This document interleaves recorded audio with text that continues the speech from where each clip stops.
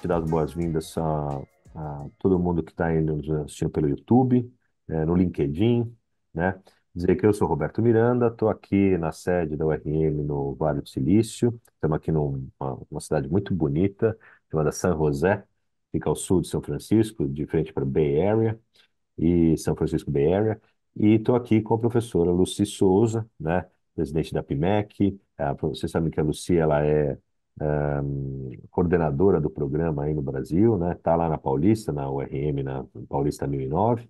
E, e hoje o nosso assunto aqui é, claro, falar sobre as tendências do Wealth Management. E o Wealth Management, claro, ele envolve o advisory, então o Investment Advisor, a gestão de boutiques de investimento, a gestão de fundos, né, gestoras de fundos, então, e family office, né? Então, family office, multifamily offices, gestão de fundos, private equity, investment advisors, claro, advisory, e aí todos os papéis e capitais. Então, vou começar aqui falando um pouquinho dos módulos que a gente tem no programa, né? Então, a gente tem, por exemplo, um módulo de Wealth Management, um módulo de mercado de capitais, um módulo de bem-vindos, um módulo de private equity, um módulo de family offices, governança corporativa, governança familiar. A gente está falando também o Investment Advisor entende sobre sucessão, o Investment Advisor entende sobre blindagem patrimonial, ele entende sobre investimentos no exterior. Então, nossa extensão agora, em 2 e 3 de maio, em Genebra, vai fazer um raio-x da história do banking mundial. Então, nós estamos falando de um raio-x que começa com Lombardi Odier, os bancos de investimento, quem trabalhou, sempre trabalhou com as grandes fortunas, e caminham para family offices, os mais tradicionais family offices da Europa, e os baseados na Suíça, e depois multifamily offices, e a gente termina a nossa viagem no dia 3 de maio, lá em Zug, né, no Crypto Valley, né, tendo aulas sobre as últimas tendências, regulação mundial de cripto, a possibilidade de tokenização de papéis, e que está acontecendo muito forte, e liberada já na Suíça, né? Então, um assunto muito quente, evidentemente, porque ele abre o espaço para investimentos, pega uma fatia muito maior do mercado de investimentos, né? E, claro, e como cuidar desse cliente de alta renda, porque a gente tem lá exemplos muito benchmarks desse mercado, né? Então, Lucy, eu sei que você tem bastante para falar sobre o curso e como ele está atendendo esse mercado eh, claro, advisories, mas a gente percebeu no curso donos de gestoras de fundos, né? Donos de family office, quer dizer, operadores, gestores de family offices, e a gente tem na sala de aula um público riquíssimo que trouxe, que tem gestoras de fundos nos Estados Unidos, na Europa, estão aí reunidos na Paulista com a Lucy, voltando agora dia 4. Lucy, quando que você está de volta com a turma aí? Conta pra gente. Dia 9 e dia 10. 19 dia 10 de É, março nesse agora. módulo que você chamou de mercado de capitais, né? Na verdade, são dois módulos que falam sobre mercado de capitais. É o Investment Banking, né? Que a gente começa agora no dia 9 e dia 10, né? E na sequência a gente vai ter, que também é mercado de capitais, né? O administração de fundos de investimentos, né? Dois módulos seguidos.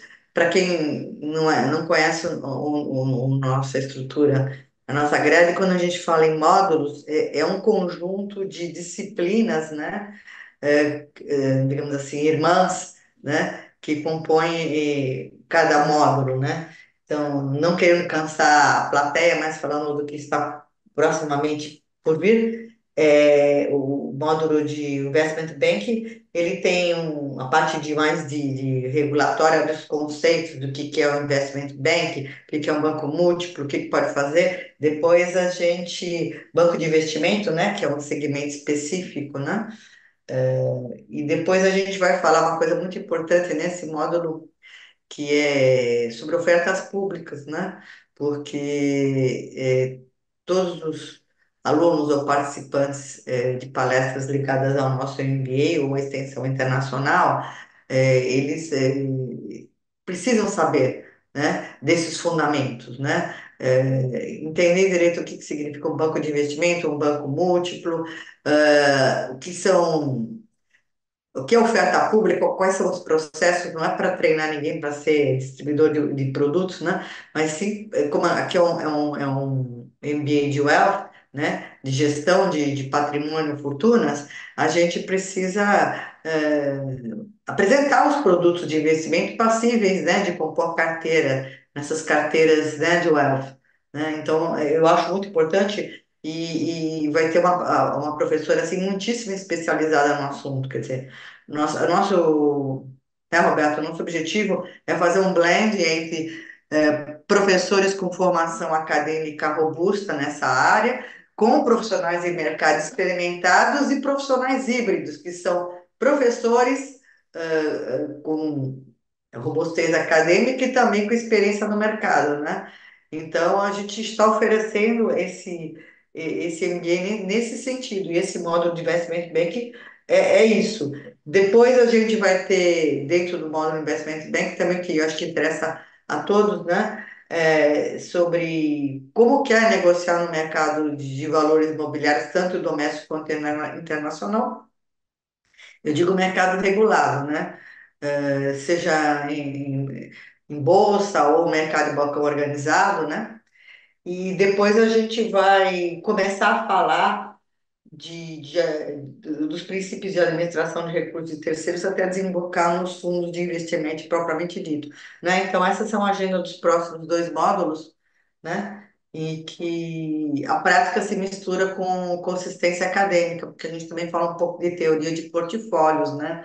E risco, administração e gestão de risco, né? Que é muito importante também, como você mesmo citou, tá? Bom, Então, professores de cada. mercado, né, Luci, e professores que sabem, estão no mercado, então o BS, tem aí o pessoal de, claro, Grant Thornton, KPMG, o nosso diretores e presidentes de Wealth Management em grandes bancos, Santander, né, Banco do Brasil, né, os internacionais, Lombardi Odier, o UBS na Suíça. E quando a gente fala de Suíça, né, e capitais, e lastro de, por exemplo, um assunto que está muito quente, além, claro, da tokenização de ações, né? Então, estamos falando de tokenização de ações, que isso me parece um penny stocks. O que que vai virar a tokenização de ações, né?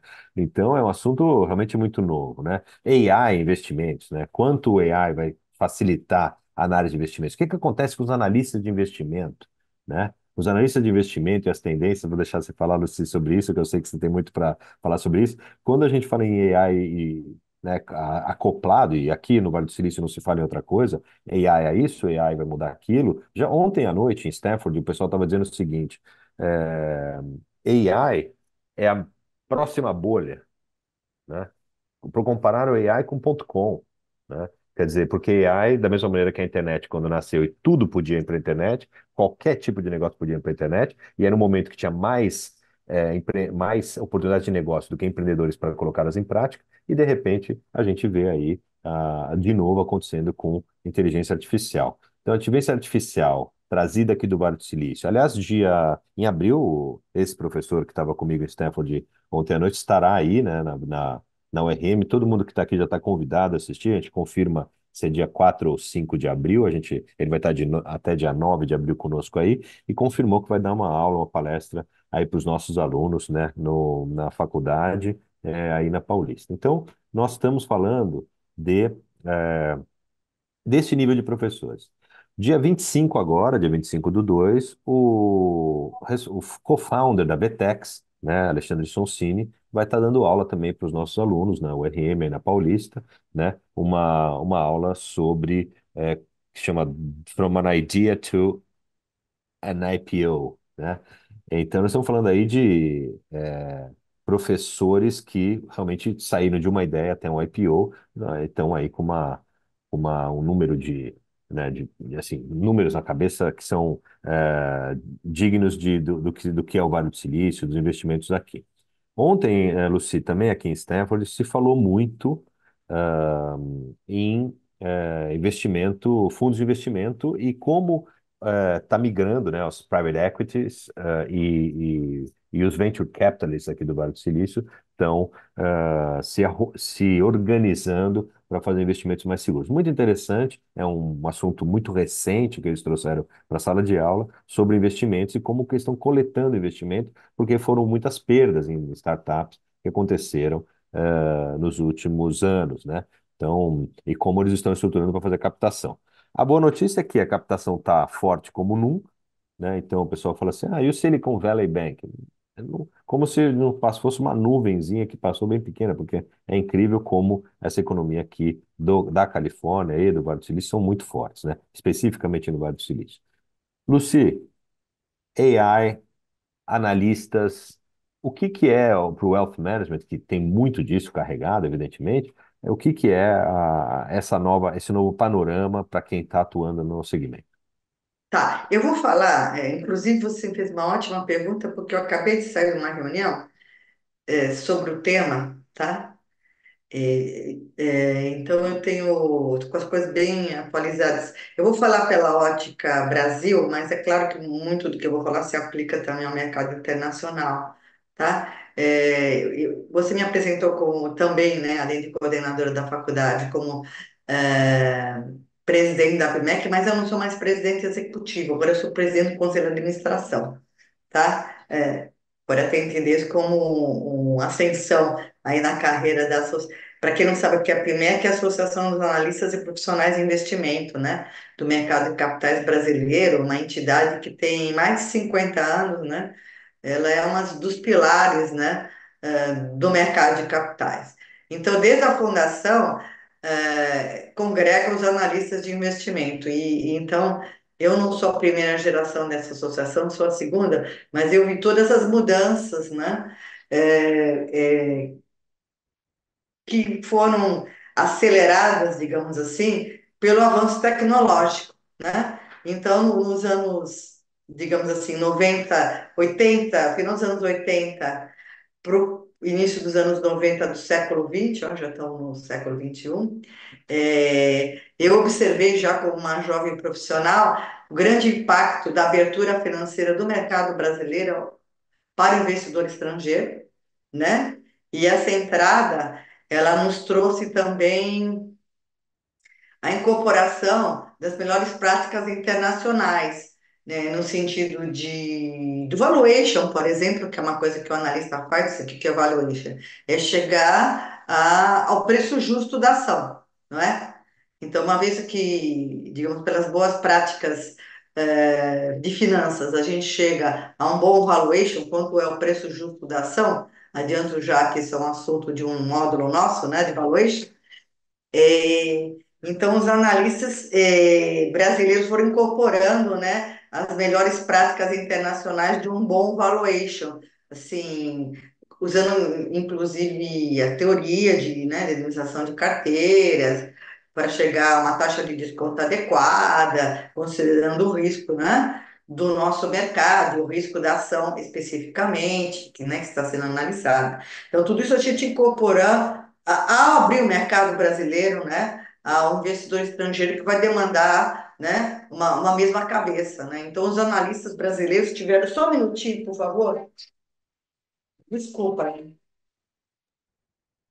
Os analistas brasileiros tiveram o desafio, né, de se adequar à tecnologia financeira internacional. E aí, ao mesmo tempo, foi entrando, digamos assim, a mudança tecnológica, hardware e software, né, propriamente dito. Então, a gente que fazia nos anos 90, na melhor das hipóteses, né, usava o computador, né, com planilhas antigas, né, a gente foi incorporando informações recolhidas pela internet, né, planilhas dinâmicas, e tudo isso deu um salto, né, na profissão do analista espetacular, né, espetacular, e eu vivi isso, né, o avanço tecnológico,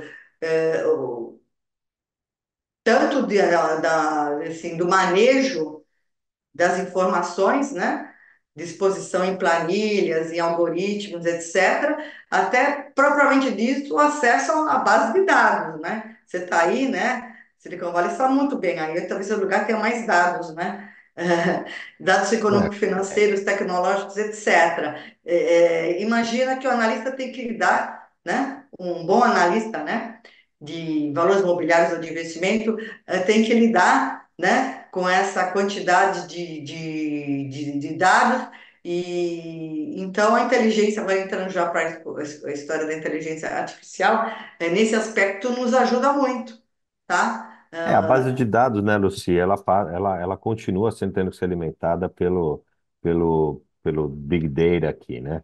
Quer dizer, quando a gente fala em investimentos. Agora, a boa notícia é que tem muitos dados. Aqui nos Estados Unidos tem muitos dados disponíveis, então a inteligência artificial está facilitada para trabalhar com esses dados. Quer dizer, a compilação de dados, a busca de dados, a indexação, né, os algoritmos criados para que essa inteligência artificial faça, né, faça a sua construção de qual algoritmo que ela vai usar e a refinar esse algoritmo, eu acho que a profissão do analista, eu não gosto de dizer que está ameaçada, mas o analista de investimentos que não tiver conectado às ferramentas de AI, ele está com problema, né? Então ele tem que estar up to date nas ferramentas mais modernas. E esse momento, aqui pelo menos no Vale, é um momento de ebulição de AI. Então, de novo, ontem numa aula em Stanford, se você não tem AI no seu pitch deck,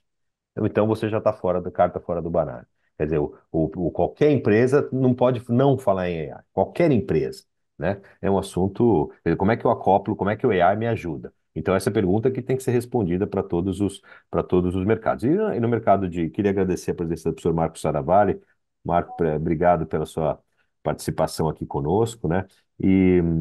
Então eu quero dizer que a gente está discutindo, evidentemente, claro, o crescimento desse mercado, como todo mundo está avançando para as grandes fortunas, a acumulação de riqueza, como o fenômeno da acumulação de riqueza beneficia o wealth management, e tentando descobrir um ponto adiante, né? Quer dizer, para onde que a gente está indo em termos de gestão de fortunas? Quer dizer, que tamanho de fortuna? Eu vi aí hoje ontem, na verdade, eles falaram sobre o Sam o Walton querendo levantar 7 trilhões, né? Eu vou levantar um fundo de 7 trilhões, né? Então é um assunto, quer dizer, como é que eu vou fazer um raise de 7 trilhões? Quanto vai ser a valuation de uma empresa que teve 7 trilhões investido? Então é um assunto muito forte, né? E aí, claro, BTG Pactual, XP, as empresas que estão aí oferecendo uma série de carteiras de investimento, ela e oportunidade de investimento para os investment advisors trabalharem, para os pequenos boutiques de investimento, né, para quem está gerindo carteira de alta renda, ah, a dica é essa, né? Quer dizer, eles que vão ser os implementadores dessa tecnologia para análise dos papéis ou enfim, dos investimentos ou né, dos fundos que vão ser investidos. Quero aproveitar aqui, Luci, fazer uma pergunta para o senhor Marcos Saravara, que está aqui conosco. No seu módulo, você, assim, professor, a tendência das boutiques de investimento, a tendência dos gestores de fundo em montar o próprio fundo de investimento, me parece uma oportunidade que está sendo acessada desde o Open Banking, né? Quando o Open Banking fez nascer. Ah, então posso ser banqueiro também? Porque ser banqueiro era um sonho de muita gente, só que ele era um sonho distante, né? O Open Banking facilitou isso, né? Não foi todo mundo com muita sede ao pote, mas a gente viu aí vários surgindo. E agora, cada vez mais, isso facilitado, dessa regulação facilitada. Para uma jovem, enfim, para um profissional que está aqui nos assistindo e pensa, bom, minha carreira, ou vou desenvolver o meu fundo, meu gestora de investimentos, para que caminho, né, que ele deve seguir? Quais são as oportunidades que você vê no segmento de wealth management daqui esse ano e em seguida? Bom, professor, obrigado. Vocês estão me ouvindo bem? Então, o áudio está bom? Estava um pouco baixo, agora o áudio está. Estão ouvindo bem? É prazer estar com vocês aqui. Obrigado pelo convite, professor. Obrigado, Luci, professora Luci. Bom, vamos falar um pouquinho sobre o nosso dia a dia, que às vezes até o Brasil é vanguarda em alguns pontos, às vezes o Brasil está um pouco atrasado em alguns pontos, mas eu digo que acho que em relação à gestão de fortunas, a gente acho que tem muito mais pontos que nós estamos bem adiantados do que, de certa forma, atrasados. Mas eu acho que a gente já caminhou por steps, mas esse processo ele está muito mais rápido, né? Daqui para frente. Ah, boa tarde, Roberto. Boa tarde a todos. O, basicamente o seguinte, até pegando um caso prático que é o momento que eu arrumo amizades e arrumo também algumas inimizades, né?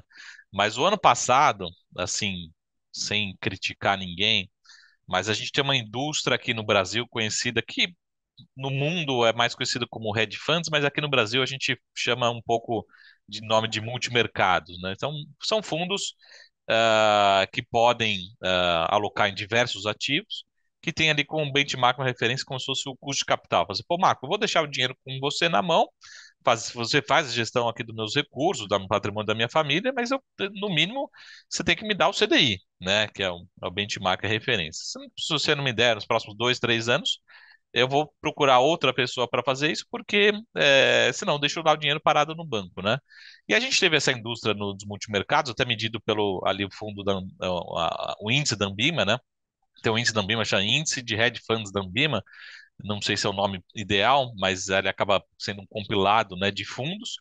E a gente sabe que grande parte dos fundos multimercados em 2023, pegando 2023 como uma janela de referência, eles não conseguiram nem superar o CDI, nem superar o que seria ali o custo de capital. Então, todos eles tiveram uma performance bastante aquém ali do seu potencial, talvez por estratégia, por cenário, por política, aí cada um tem uma justificativa.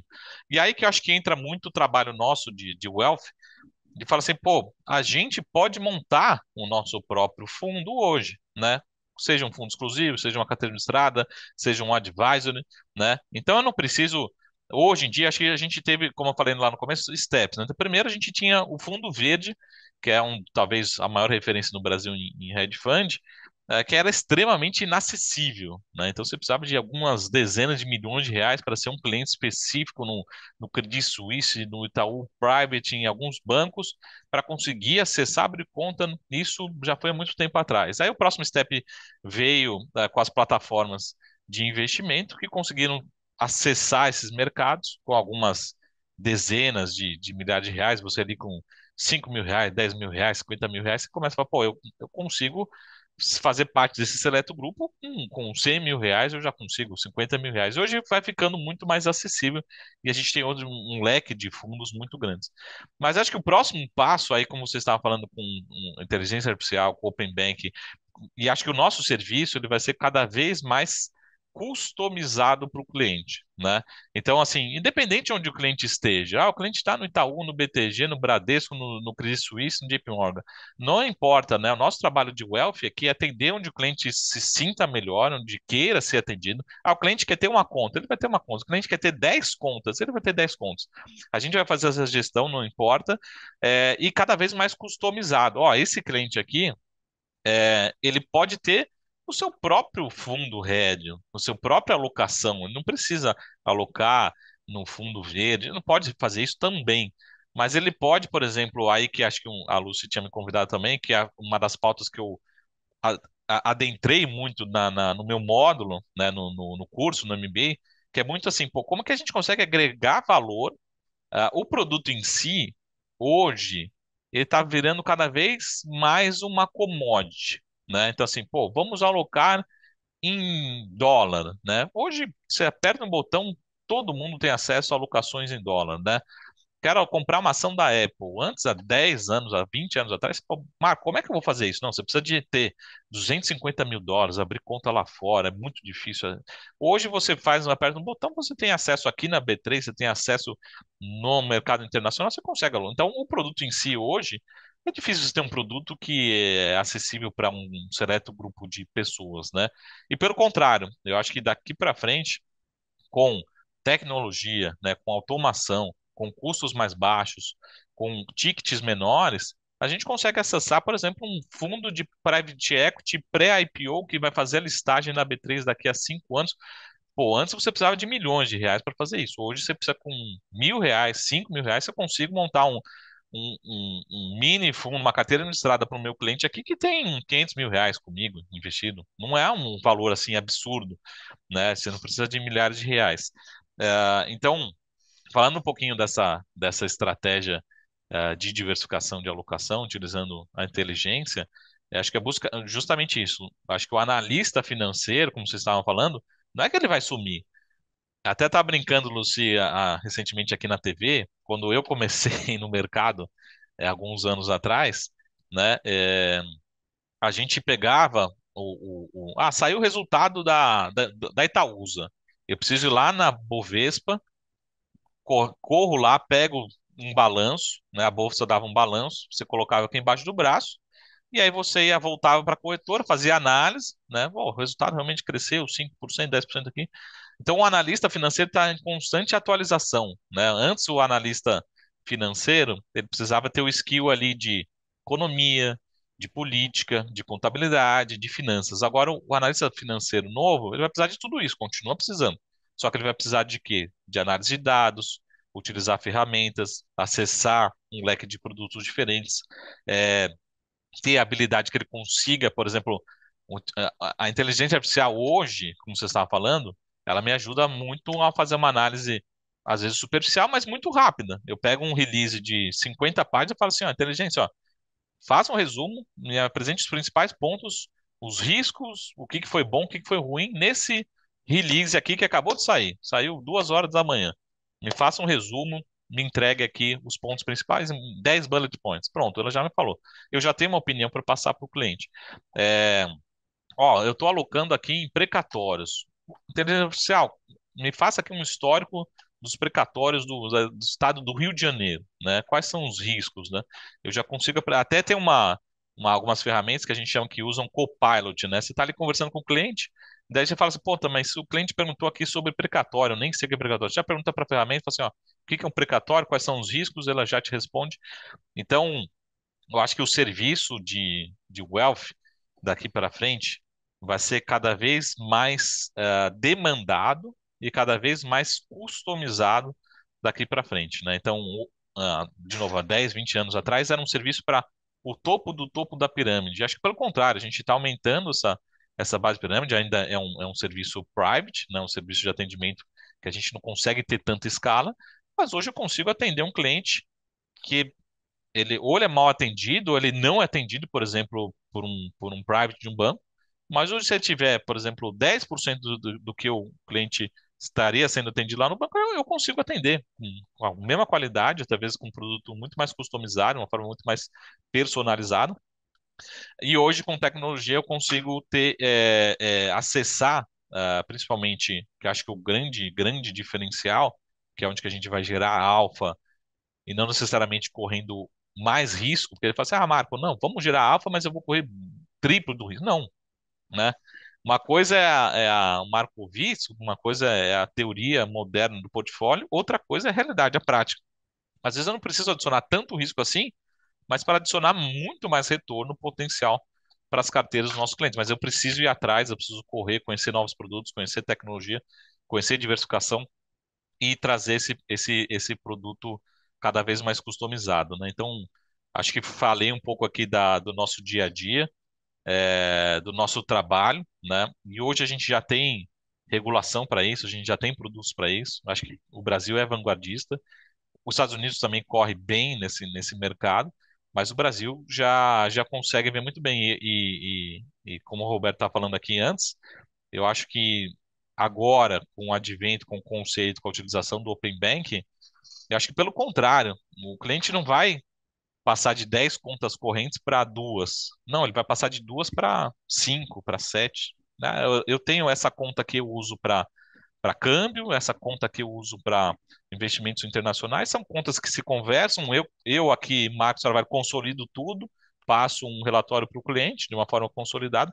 Então, Eu vejo cada vez mais, aí não criticando, mas eu vejo cada vez mais o cliente deixando os grandes bancos e procurando esses serviços mais customizados, essas boutiques, esses atendimentos personalizados, porque é isso que o cliente quer. O cliente quer um serviço, né? O cliente não quer um produto, o cliente quer um serviço. Produto todo mundo tem, e de certa forma tem pouquíssima diferenciação de produtos. É o mesmo produto multimercado aqui. Hoje, por exemplo, quem distribui o verde? O Brasil inteiro, qualquer banco aqui na Faria Lima, eu atravesso a rua, você tem verde? Tenho, o fundo verde, né, para quem não conhece. Eu tenho verde, você tem verde, então o produto em si ele virou uma commodity. Todo mundo consegue distribuir o verde. Antes era, o produto era, um diferencial era, mas a gente já passou essa fase. O produto não é mais o diferencial, não é, ele é uma commodity. Onde que está o diferencial? Vai ser cada vez mais o atendimento, o serviço, a qualidade que você entrega, ah, e a percepção. Sempre acho que o foco sempre no cliente, né? Buscar atender o perfil e procurar sempre algo muito, muito customizado. Não tem, né, principalmente no mundo de wealth, não existe uma solução perfeita. Essa carteira perfeita todo mundo segue. Não existe isso. É algo que depende de nós termos energia, conhecimento, né? Entregar um serviço de qualidade. E eu tenho certeza, tem muito, muito espaço ainda para crescer no Brasil, ainda que acho que a tendência americana, europeia, mas o Brasil ainda está muito, muito preso a grandes marcas, grandes produtos. Só para terminar a minha introdução aqui, e eu acho que o grande diferencial no private, no wealth, que assim como qualquer marketing, as pessoas compram de pessoas, né? Então, no final do dia, não importa se o Marcos Aravalho, se o Roberto, se a Lucy estão no Itaú, no BTG, no Credit Suisse, não. Eu confio no Roberto, eu confio na Lucy, eu confio no Marco. Então, é importante também vocês trazer essa credibilidade, essa carga acadêmica, essa carga de experiência, que o cliente ele vai confiar em você, não importa o selo que está por trás. O selo acaba virando só uma plataforma, né? Só uma forma de acessar. Enfim, Roberto, fiz uma introdução aqui Obrigado, um nossa. pouco extensa. Imagina, eu estava aqui ouvindo e realmente soa oportunidade. Oportunidade para gestores, oportunidade para contratar pessoas, oportunidade para entrar no mercado vibrante, no mercado de boas margens, né? No mercado onde confiança leva enfim, a novos negócios. E aí, claro, o que eu vejo hoje aqui nos Estados Unidos, especificamente para investidores, que aqui tem muito, nessa região onde eu estou, são muitos, né? São de 8 mil venture capitalists que tem nos Estados Unidos, são 2.200 estão aqui, né, nesse núcleozinho aqui do Bay Area, né? Então, são 2.200 firmas de venture capital ou mais.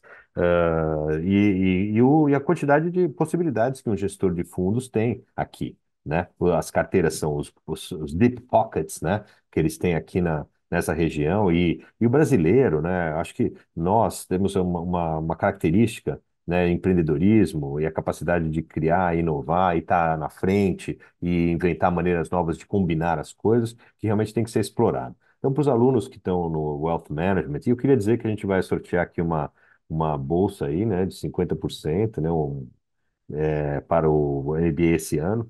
Então, no final da apresentação aqui, a gente está caminhando para o final, uma apresentação, a gente prometeu 30 minutos, estamos estourando um pouquinho, começamos um pouquinho depois, mas a gente tem uma maneira aí que a gente vai dar um e-mail e quem mandar primeiro o e-mail ganha. Então, quem se for mais rápido no gatilho. Então, já quiserem deixar abertos os sistemas aí para vocês que estão aqui no Zoom, no LinkedIn, né, no YouTube. Aí deixa aberto aí o seu software né, o enviador de mensagens aí, seu browser, porque a gente vai fazer essa sorteio, né, essa premiação aí. E quero convidar, aproveitar aqui, fazer para quem entrou depois, convidar para conhecer o nosso curso em Genebra, dia 1, 2 e 3 de maio. A gente vai estar no Kempinski, hoje é Fairmont, né? O Hotel Fairmont em Genebra, um hotel de frente para o Jet d'Eau, bem na beira do Lac Léman, onde a gente vai falar sobre gestão de fortunas, vai falar sobre o sistema bancário, fazendo uma retrospectiva histórica dos bancos de investimento, as melhores práticas, que caminho que fizeram para chegar lá, né? Então vamos ter aulas com banqueiros de sucesso, né? Pessoas que do mercado da UBS, Lombard Odier, profissional vindo do Crypto Valley, né? Falando das empresas de regulação, da Crypto Valley Association, fundos de investimento e boutiques de investimento, né? Family offices e multifamily offices, que vão fazer dessa experiência em Genebra uma experiência realmente muito rica de conteúdo e benchmarks. Inspirador, benchmarks, novos modelos, regulação, última palavra na gestão que está acontecendo lá. Então, para quem tem interesse claro, no mercado mundial, nós estamos falando de mercado, o Brasil certamente muito importante, né? E realmente legal, a sugestão de artigos aí, e eu quero dizer, e bibliografia, né? E quando a gente olha para essas oportunidades e olha para o mercado, não tem mais o especialista, volta a ter espaço generalista, né? Quer dizer, eu tenho conhecimento e tenho é tão amplo a quantidade de possibilidades de investimento do dinheiro do meu cliente que eu tenho que entender de muitas áreas. Roberto, então eu entendo de muitas áreas e entendo quem entende. Entendo, e tenho as ferramentas para acessar aquilo, e aí, claro, o AI muito forte, como comecei como falei no começo da nossa palestra aqui, né? Como é que ele entra nesse mercado que tem tantos dados, né? Dados bancários, dados de valorização, dados de históricos, né? Então, é um passeio para o AI, tá brincar, né? Brincar no Big Data, do mercado de investimentos. Que mais? Moedas, novos papéis, novas maneiras de distribuir papéis, tokenização, falando de futuro, né? E quem me fala assim sobre nova regulação, quando a gente fala em cripto, uma fuga da regulação, e o que mais que vai surgir de fuga da regulação? Então, quem vai se passar na frente e os novos bancos que vão surgir, porque a palavra é essa, Roberto, então eu vou fazer o programa para virar banqueiro? Aposto que é uma boa ideia, né? Eu posso ter meu próprio banco, começar com meu fundo de investimentos, gestora de fundos, depois partir para ser banqueiro. É um cargo muito interessante, banqueiro. E, né, e o empreendedor tem essa possibilidade hoje. Então, o que não outra hora era fechado, quanto mais a tecnologia avança, mais oportunidades tem. Então, o nosso curso vai ajudar os profissionais a enxergar essas oportunidades na frente, e aí vai ganhar quem agir mais rápido, porque o assunto é do it as quick as you can, reproduzindo as palavras do venture capitalist que vendeu uma empresa por US$ 1 bilhão, que eu estava comigo ontem à noite aqui em Stanford, né? Falou assim, qual que é o segredo do sucesso? Do it as quick as you can. Foi a frase que ele falou aqui para os 80 alunos da turma de venture, o assunto lá é venture capital claro, de uma ideia até o IPO, né? IPO. Lucy, IPO é um dos temas, quero encerrar aqui chegando no topo e dizer que, Marco, a gente tem tanto assunto, né, e o curso tem tanto assunto, é tão vasto em trazer informação e aprendizado para os alunos, prática e prática de mercado. Quero dizer, a gente tem um módulo que é sobre como levar uma empresa até o IPO, né? Fala de IPO. Em que módulo que a gente fala de IPO, Lucy? Próximo módulo. Dia 9 de março, 10 de março, estaremos falando sobre isso, no módulo Investment Banking, tá? Nós vamos falar, inclusive, porque houve uma mudança no marco regulatório das ofertas públicas, muita gente ainda nem conhece direito, né, essas mudanças que vieram para melhorar, para flexibilizar, né, Marco? Então, nós vamos ter a professora Mara Alemange, que entende muito do assunto, vai estar conosco para falar sobre isso. Eu queria, como a gente está acabando, eu queria passar a palavra, Roberto, para que o Marco Saravalli que é um verdadeiro híbrido, né? Professor híbrido, que ele tem experiência profissional densa e também formação acadêmica, né? Eu queria que ele desse uma mensagem, Marco, assim, final, porque você estava falando que cada vez mais interessa são as pessoas, ou seja, o nome, né, da pessoa que vai fazer a gestão ELF, né? Ou fazer. Então, diz aí, a gente tem ideia, parte dos nossos alunos eles trabalham como assessores de investimento, mas estão almejando migrar meio para o ELF propriamente dito, né? Do que um MBA como o nosso, Marco, e assim, como fala final sua, você acha que pode ajudar nessa formação profissional? Eu acho que o recado que eu tenho assim, a gente teve, lógico que hoje a ajuda das plataformas, né, que nos ajudam a acessar produtos diferentes, de uma forma consolidada, enfim. Acho que a gente já superou isso. O próximo trabalho, de novo, a Europa já está muito avançado, os Estados Unidos está caminhando para esse processo, que é muito em cima do trabalho, muito mais parecido com o advisor, tá? Independente da plataforma que você vai utilizar, como você vai estar associado, se é consultor, se é assessor, a gente precisa agregar valor para o nosso cliente, no serviço, né? Então, como que é agregar valor? No final do dia, o cliente vai querer um serviço, vai querer um atendimento para a família dele, não só para ele. Pô, Marco, eu tenho uma sucessão patrimonial, tenho uma empresa, tenho um filho, tenho um curso para o meu filho para pagar. Ó, tô me separando, tô me casando. Isso é tudo serviço, né? Mas no final do dia também o cliente ele quer o alfa, né? Ele quer um retorno. E se você continuar vendendo o mesmo produto que o seu vizinho está vendendo, não vai ter nenhuma diferença, né? Então você vai ter que conhecer assim, por exemplo, há 15 anos atrás, né, em 2009, ninguém sabia o que que era Bitcoin. Hoje, a SEC, ela autorizou 10, 11 ETFs de Bitcoin. Ou seja, o JP Morgan, o Morgan Stanley, lá nos private bankers deles, eles estão falando sobre. Eles começaram a conversar nos últimos anos, 2, 3 anos para cá, não tem muito tempo também, sobre, pô, preciso entender o que que é isso aí. Né? Acho que o Morgan Stanley incluiu ali no seu portfólio de recomendação 1% de Bitcoin. Só que é justamente isso. Esse tipo de ativo, que é difícil entender, a gente tem que correr atrás, entender o risco, entender como é que encaixa no portfólio, entender o que que é esse ativo, né? É, e como é que ele pode gerar alfa na sua carteira, mas é aí que vai gerar um diferencial no nosso serviço e, lógico, na rentabilidade da carteira do cliente. Tem uma empresa que eu gosto muito, para mim é uma das grandes referências em ativos alternativos, que chama-se Blackstone. Para quem quiser, segue eles lá. Eles não são, é diferente do Brasil, não são ativos nas redes sociais, mas eles acabaram de bater US$ 1 trilhão, né, sobre emitidos, enfim, né? E é justamente isso, né? Acho que quem chegar primeiro, famoso bebe água limpa, a gente precisa estudar, correr atrás, entender da regulação, entender esses novos produtos, mas é aqui que a gente vai agregar valor para o nosso cliente, né?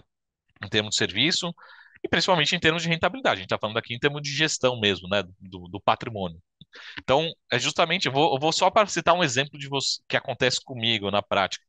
É, dois exemplos, tá? Para vocês começarem a pensar na minhoca na cabeça de vocês. Pessoal, tem um cliente meu, imagina que é o cliente de vocês, aconteceu comigo essa semana. O cliente queria captar R$ 50 milhões num CRA.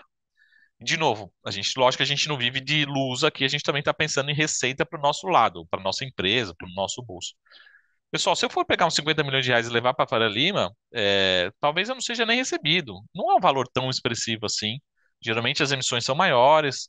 E o cliente, eu não sei se ele quer captar 50. Talvez ele queira captar 10 por enquanto, 15. Eu não vou ser bem recebido pelos bancos de investimento. Mas eu consigo atender o cliente, emitindo um token, né? Distribuindo numa uma resolução da CVM, chama 88, a atual resolução, que eles utilizam de crowdfunding, né? Tudo regulamentado, que eu consigo fazer uma captação de 5, 10 milhões, atendo o cliente, gero receita para mim, consigo captar ainda através da distribuição e eu tenho um cliente super fiel, super fidelizado, captado, com custo mais baixo para ele, com retorno bacana para o cliente, todo mundo está ganhando, né? E outro exemplo também na prática. Pô, meu cliente ele é private, né? Ele não quer investir em CDB de um grande banco, então a gente precisa agregar um valor para ele. Pô, mas esse cliente, será que ele não gosta de obra de arte? Com certeza ele gosta de obra de arte. Mas você sabia que você poderia investir numa obra de arte? Pô, Marco, não sabia. Então já começa por aí. A gente pode pegar uma obra de arte, tokenizar ela e distribuir. Então, o cliente está investindo num portfólio de obra de arte. Mas mais do que isso, pô, vamos pegar esses clientes e vamos levar eles lá para dentro da galeria de arte. Vamos prestar um serviço, né, para ele entender não só o lado financeiro, mas o lado real, né, do ativo, para ele conhecer o ativo. Então é isso que eu enfatizei muito no meu módulo de como agregar não só rentabilidade, mas valor no nosso serviço que a gente está prestando para o cliente. É lógico que o cliente no final do dia ele quer mais rentabilidade, mas também a gente agrega valor em um cliente que fica fiel, a sua receita fica mais previsível, né? Senão a gente vive nesse mundo de assessoria. Ah, vão ter que o produto, mas só muda de marca, né? A marca agora é essa. Ah, o produto do mês é esse aqui. Pessoal, a Europa já está falando, não é o futuro. O futuro é serviço, atendimento, longevidade, previsibilidade, né? Os Estados Unidos está nessa transição e o Brasil, eu acho que está só começando. E tem um espaço gigantesco não só na base, como também toda a base dos bancos que ainda estão acostumados ainda com um serviço muito parecido com a prestação de um banco. Não, o futuro não é. O futuro é o wealth, o futuro é gestão de patrimônio, de famílias, né? Esse é o futuro. A Europa, para mim, já está bem adiantado e o Brasil estão. Qual que é A gente tem dois lados da moeda aqui. Um lado, pessoal, é novo ainda. Então, o brasileiro ainda não está acostumado. Segundo, tem um oceano azul gigante na nossa frente, né? Para quem souber aproveitar, né?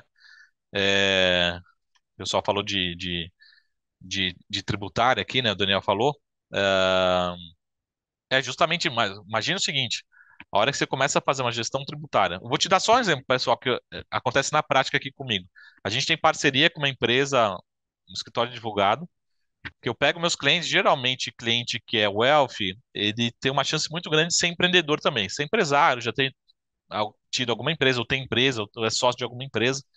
A gente presta um serviço assim, que a gente olha a análise do imposto nos últimos 5 anos de toda a empresa e vê se ele pagou alguma coisa a mais que poderia, enfim, recolher, ter algum benefício fiscal aí, né? Pô, estou prestando serviço para ele, para o cliente? Não, estou prestando serviço para a empresa dele. Mas o cliente vai lembrar disso, que é uma receita que eu gerei para ele, que ele nem esperava que fosse gerar essa receita. É uma prestação de serviço que ele vai lembrar a vida inteira. Pronto. Esse cliente vai ficar comigo nos próximos 20 anos. Não vai ser por conta de um assessor veio aqui batendo a porta, ele tem um CDB de um banco tal e eu não tenho esse CDB, como é que eu fico? Não, não é mais, o jogo não é mais esse. O jogo é prestar um serviço que eu consigo agregar valor, né?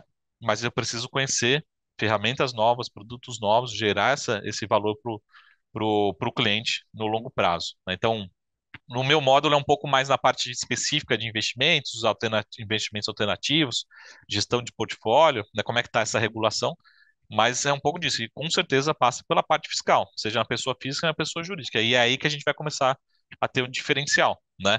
Eu sei que dentro das corretoras, geralmente é terceiriza, tem um escritório aqui que faz contabilidade, imposto de renda, passa lá para eles, né?